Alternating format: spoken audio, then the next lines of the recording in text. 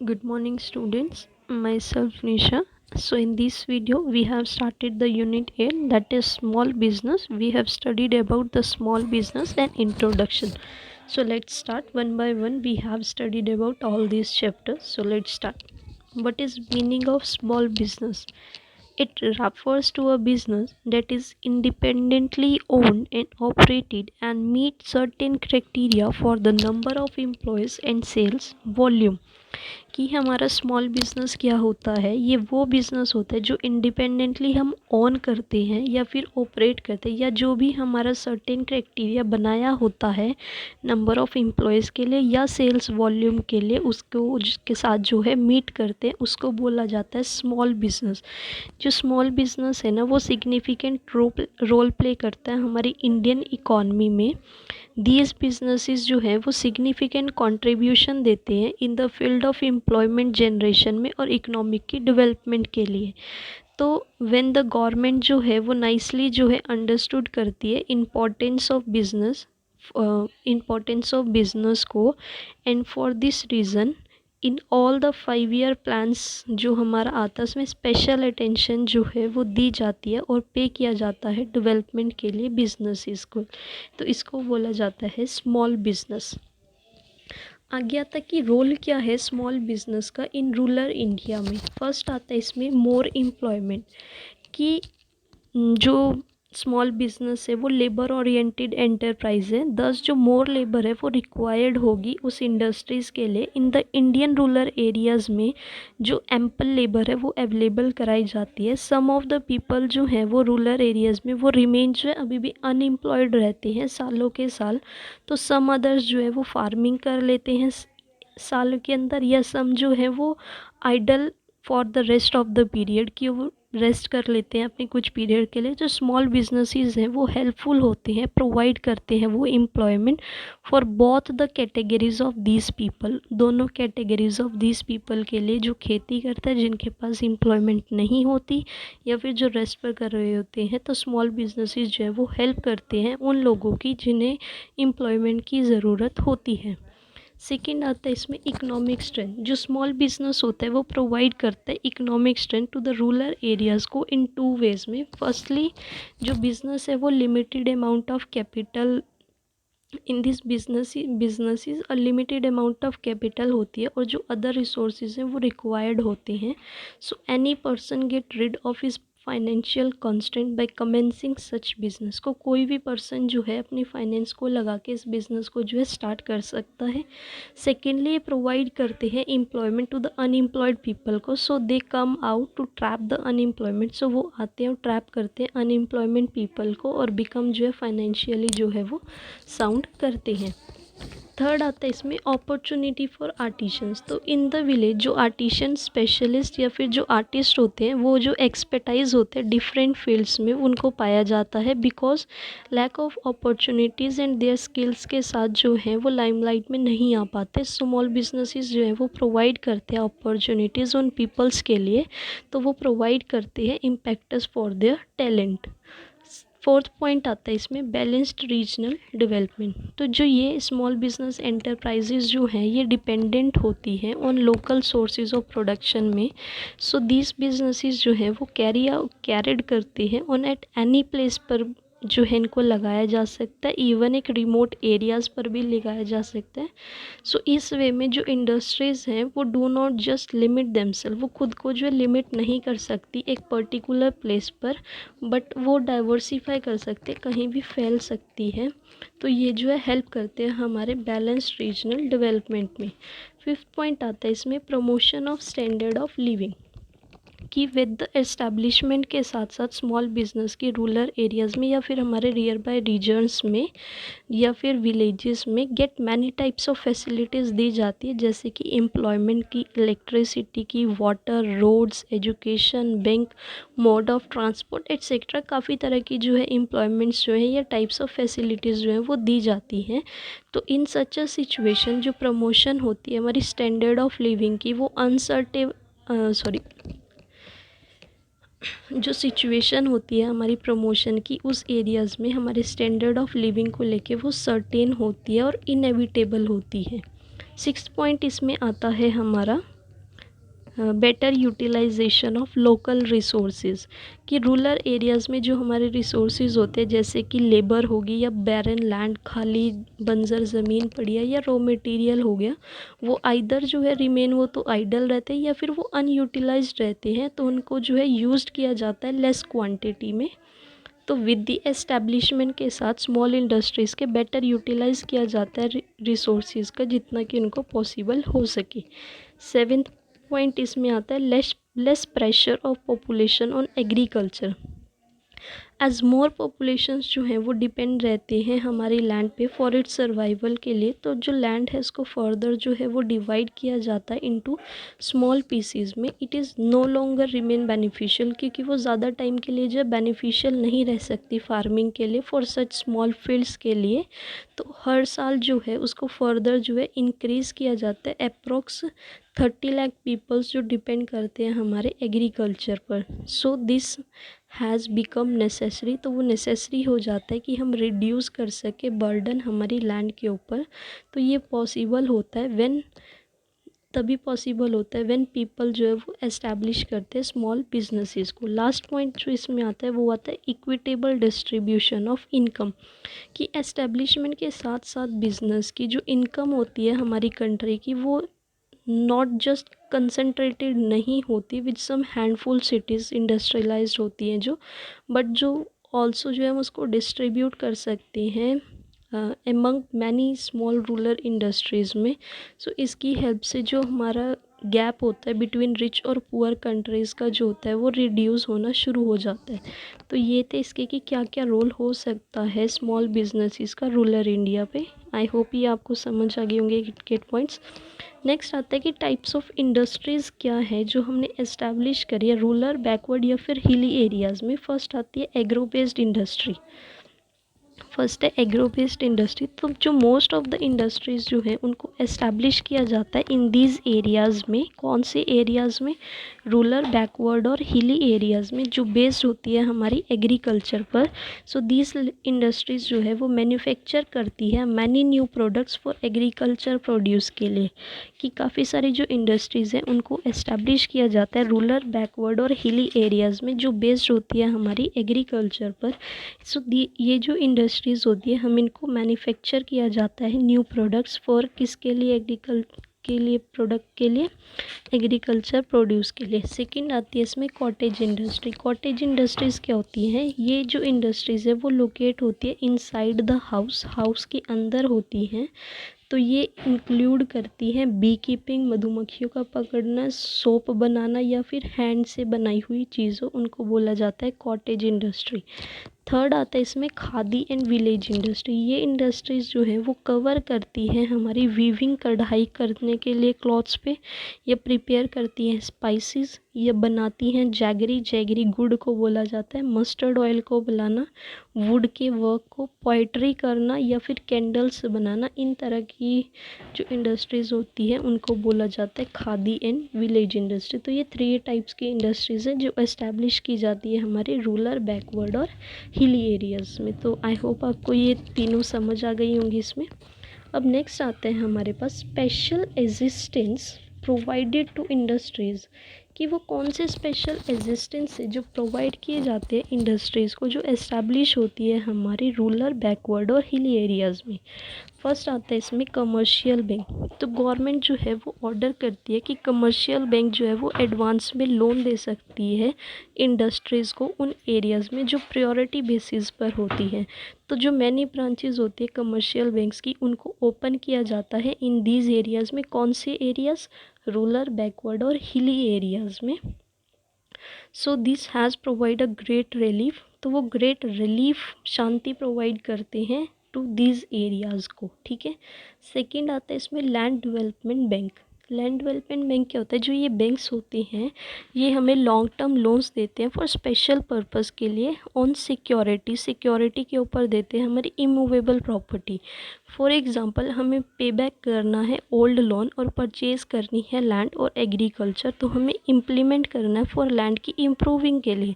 तो जो maximum period होगा उस लोन का वो 20 ईयर्स का होगा। तो जो वो बैंक्स होंगे वो कौन से होंगे? 2 टाइप्स के बैंक्स होते हैं, state cooperative agriculture and rural development bank, second आता है इसमें the primary cooperative agriculture and rural development bank.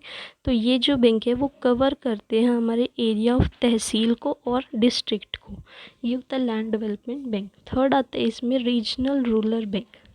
जो मेजर फंक्शन होता है रीजनल रूरल बैंक का वो होता है प्रोवाइड करना financial and other kind of help farmers को, लेबर्स को, आर्टिशंस को या फिर स्मॉल एंटरप्रेन्योर्स को, डेवलपमेंट करना एग्रीकल्चर में, ट्रेड में, इंडस्ट्रीज़ में या अदर कोई भी प्रोडक्शन एक्टिविटीज़ हमने लगाई है हम उसको पॉसिबल कर सकते हैं रीजनल रूरल बैंक की हेल्प की साथ साथ। तो इन जनवरी 1999 में देयर आर जो है 196 जो है वो रीजनल रूरल बैंक्स थे हमारे ऑपरेशन में, लेकिन इन प्रेजेंटली जो है 14,420 ब्रांचेज है इन 436 डिस्ट्रिक्ट्स में। ठीक है, फिर है इसमें फोर्थ पॉइंट आता है the national bank of agriculture and rural development.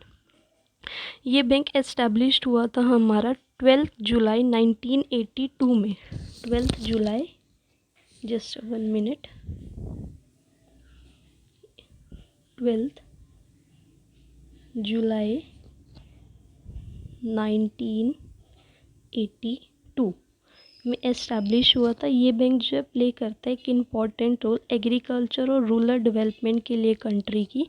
तो जो इसके चीफ फंक्शंस हैं, फर्स्ट आता है इसमें रिफाइनिंग ऑन एग्रीकल्चर क्रेडिट, कि जो इम्पॉर्टेंट फंक्शन है इस बैंक का वो है रिफाइनिंग करना हमारे एग्रीकल्चर क्रेडिट को। इसमें इंक्लूड होता है हमारा लोन जो एडवांस में दिया जाता है बाय स्टेट गवर्नमेंट के थ्रू या फिर स्टेट कोऑपरेटिव बैंक्स के थ्रू या लैंड डेवलपमेंट बैंक के थ्रू या रीजनल रूरल बैंक या अदर कोई भी फाइनेंशियल इंस्टीट्यूशन हो गया टू एग्रीकल्चर को देते हैं, या फिर स्मॉल और कॉटेज इंडस्ट्री या फिर हैंडीक्राफ्ट्स के लिए जो है वो बैंक जो है हमें एडवांस में लोन प्रोवाइड करते हैं। फिर आता है इसमें inspection of regional rural bank, जो नेबार्ड होता है वो अंडरटेक करता है इस बैंक को अपने अंदर, और ऑल्सो जो है वो रिफाइनिंग और डेवलपमेंट करता है हमारी एक्टिविटीज़ को।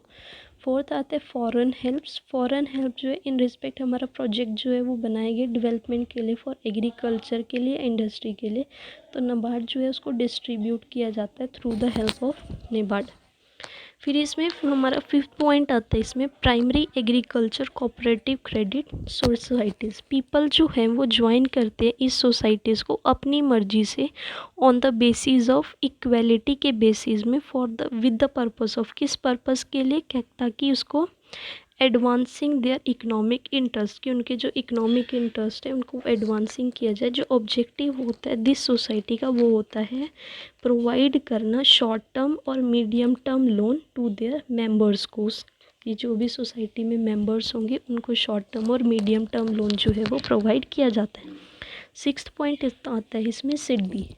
तो जो मेन जो एम होता है इस बैंक का वो होता है प्रोवाइड करना sufficient financial help to the small industries को, कि सफिशिएंट फाइनेंशियल हेल्प जो है वो मुझे प्रोवाइड करनी है मेरे स्मॉल इंडस्ट्रीज़ को, और ऑल्सो मुझे इसको प्रोवाइड करना है non financial help to them, जैसे कि प्रोवाइड करना हेल्प इन डेवलप करने में मार्केट को ऑफ द स्मॉल इंडस्ट्रीज़ की, टू प्रोवाइड करना लोन को ऑन ईजिली टर्म्स पर, या फिर जो भी हमारे रिफाइनिंग करना, हमारी जो लेबर लगी हुई है उसको डोमिनेट करना, लेबर को डोमिनेट रिफाइनिंग का मतलब अभी हमने पीछे भी पढ़ा है कि लोन प्रोवाइड कर देना बाय द स्टेट गवर्नमेंट्स के थ्रू या फिर आरआरबी बैंक्स के थ्रू या कोई भी अदर फाइनेंशियल इंस्टीट्यूशन के थ्रू टू एग्रीकल्चर को या फिर स्मॉल कॉटेज इंडस्ट्रीज़ को।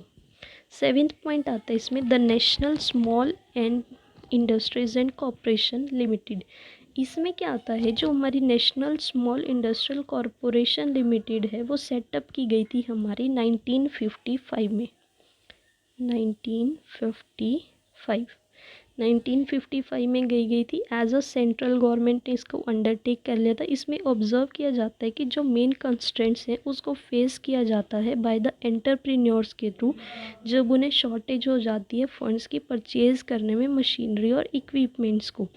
तो जो नॉन अवेलेबिलिटी होती है फाइनेंशियल की, वो ड्राइव की जाती है बाय मैनी न्यू एंटरप्राइज के थ्रू फ्रॉम अवेल करके एंटरप्रेन्योरल अपॉर्चुनिटीज़। तो जो national small industrial corporation limited है वो एस्टैब्लिश की गई थी कि वो केटर कर सके, एंटरप्रेन्योर्स की नीड्स को देख सके और उसको जो है फुलफ़िल कर सके। जो NSIC है वो प्रोवाइड करती है हमें एक wide range of services provide करती है हमारे एंटरप्रेन्योर्स को कि उनको किस तरह की मशीनरीज कुछ भी चीज़ को परचेज करने में या इक्विपमेंट्स लेने में क्या दिक्कत आ रही है, तो ये उनकी जो है हेल्प करती है। फिर इसमें जो है 8th लास्ट आता है इसमें डिस्ट्रिक्ट इंडस्ट्रीज सेंटर, DIC भी बोल सकते हैं हम इसको शॉर्ट फॉर्म में। तो जो कंसेप्ट है हमारा डिस्ट्रिक्ट इंडस्ट्रियल सेंटर का वो कम आया था 1977 में। ये आया था हमारा 1977 में, जब गवर्नमेंट ऑफ इंडिया ने अनाउंस किया था कि जो न्यू इंडस्ट्रीज पॉलिसी है वो आई थी 23 दिसंबर 1977 में। तब जो है ये बना था डिस्ट्रिक्ट इंडस्ट्रीज सेंटर। तो इट लेड स्पेशल स्ट्रेस, इसका जो स्पेशल स्ट्रेस जो इसमें स्पेशल फोकस किया गया था वो किया गया था डेवलपमेंट करने में of small tiny cottage and village industries में पर्टिकुलर एरियाज़ में, कि हमें स्ट्रेस करना है, डेवलपमेंट करनी है स्मॉल की, छोटे एरियाज़ की, छोटे कॉटेज और विलेज इंडस्ट्रीज़ की जो पर्टिकुलर एरियाज़ में लगाई गई है। तो जो मेन ऑब्जेक्टिव का DIC का, डिस्ट्रिक्ट इंडस्ट्री सेंटर का, वो था अवेलेबल कराना all the necessary services at one place, कि एक जगह पर वो सारी की सारी सर्विसेज अवेलेबल कराना जो लोगों को चाहिए। जो फाइनेंस है वो ला के देना DIC को इन अ स्टेट, जो इसमें कंट्रीब्यूट करते हैं equally by the particular state government और सेंट्रल गवर्नमेंट के थ्रू ही जो है इसमें स्टेट गवर्नमेंट में जो है वो पर्टिकुलरली कंट्रीब्यूट करती है, अवेलेबल कराती है सर्विसेज एक ही जगह पर, एक ही प्लेस पर। जो पर्पस होता है ऑफ अलॉटमेंट ऑफ लैंड का या फिर वर्क शेड का या फिर रॉ मटेरियल एट्सेट्रा, वो सारा कुछ जो है प्रोवाइड कराना होता है। तो जो DIC का मेन फंक्शन है वो है अंडर द किसके अंदर आता है, वो डायरेक्टरेट ऑफ इंडस्ट्रीज़ के अंदर आता है। तो जो हर एक जो है डिस्ट्रिक्ट इंडस्ट्री सेंटर है उसका हेड होता है by the general manager head होता है। उसमें 3 प्रोजेक्ट्स जो हैं वो 3 प्रोजेक्ट मैनेजर होते हैं जो उस सारी DIC की जो वेरियस एक्टिविटीज़ उसके अंदर हो रही है उन सब को जो है वो देखते हैं। तो इसका जो मेन फंक्शन होता है ना DIC का, वो फर्स्ट है इसमें आइडेंटिफाई करना प्रोजेक्ट्स को और एंटरप्रेन्योर्स को सेट करना बाय SSI यूनिट्स के थ्रू, और इशू करना एक परमानेंट रजिस्ट्रेशन सर्टिफिकेट बाय किसके थ्रू, टू SIS यूनिट्स के थ्रू। फिर आता है इसमें एक फंक्शन प्रोवाइड करना लोन या फिर वर्कशेड या फिर raw material to SSI units, कि जो भी उनको लोन की ज़रूरत है वो प्रोवाइड करना, या रॉ मटेरियल चाहिए या वर्क से रिलेटेड कुछ भी उनको चाहिए वो सब जो है उन्हें प्रोवाइड कर देना। ठीक है। जो SSI होते हैं उनकी जो इन्वेस्टमेंट की लिमिट होती है वो सिर्फ 1 ही करोड़ होती है, वो उससे ऊपर नहीं दे सकती। तो अगला नेक्स्ट फंक्शन है इसमें प्रोवाइड करना मार्केटिंग सपोर्ट। मार्केटिंग सपोर्ट जो है वो प्रोवाइड करते हैं टू SSI यूनिट्स को। सेकेंड अगला इसमें जो आता है वो आता है act as a link. Act काम करते हैं एक लिंक के अकॉर्डिंग बिटवीन, किसके बिटवीन होता है वो, एंटरप्रेन्योर्स के बीच में, और जो डिस्ट्रिक्ट का बैंक होता है जिसको लीड कर रहा होता है उसके बीच में जो है वो काम करते हैं, एक्ट करते हैं एक लिंक का। फिर आता है अगला फंक्शन इम्प्लीमेंट करते हैं गवर्नमेंट स्पॉन्सर्ड स्कीम्स को फॉर एजुकेटेड अनएम्प्लॉयमेंट। जो भी अनएम्प्लॉयड वर्कर्स होते हैं, जो अनएम्प्लॉयड पीपल्स होते हैं, उनको जो है वो एजुकेट करते हैं, जो भी गवर्नमेंट की स्पॉन्सर्ड स्कीम्स चलाई गई है उनको इम्प्लीमेंट करके। फिर जो है वो हेल्प करते हैं एंटरप्रेन्योर्स की, उनको लाइसेंस दिलवा के इलेक्ट्रिसिटी बोर्ड का या फिर वाटर सप्लाई बोर्ड का या किसी भी चीज़ का जो है लाइसेंस दिला के जो है एंटरप्रेन्योर्स की जो है वो हेल्प करते हैं। फिर इसमें लास्ट फंक्शन आता है कि वो प्रोवाइड करते हैं असिस्टेंस टू एंटरप्रेन्योर्स को, ताकि वो प्रिक्योर कर सके अपनी इम्पोर्टेंट मशीनरीज़ को और रॉ मटेरियल्स को।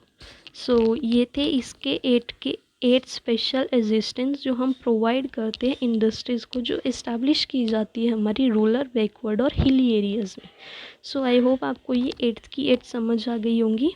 सो एक बार ओवरव्यू कर लेते हैं। हमने स्मॉल बिजनेस पढ़ा, उसका मतलब क्या होता है, उसके क्या क्या रोल्स होते हैं स्मॉल बिजनेस के, टाइप्स कौन कौन सी होती हैं वो, फिर स्पेशल एग्जिस्टेंस क्या होते हैं वो।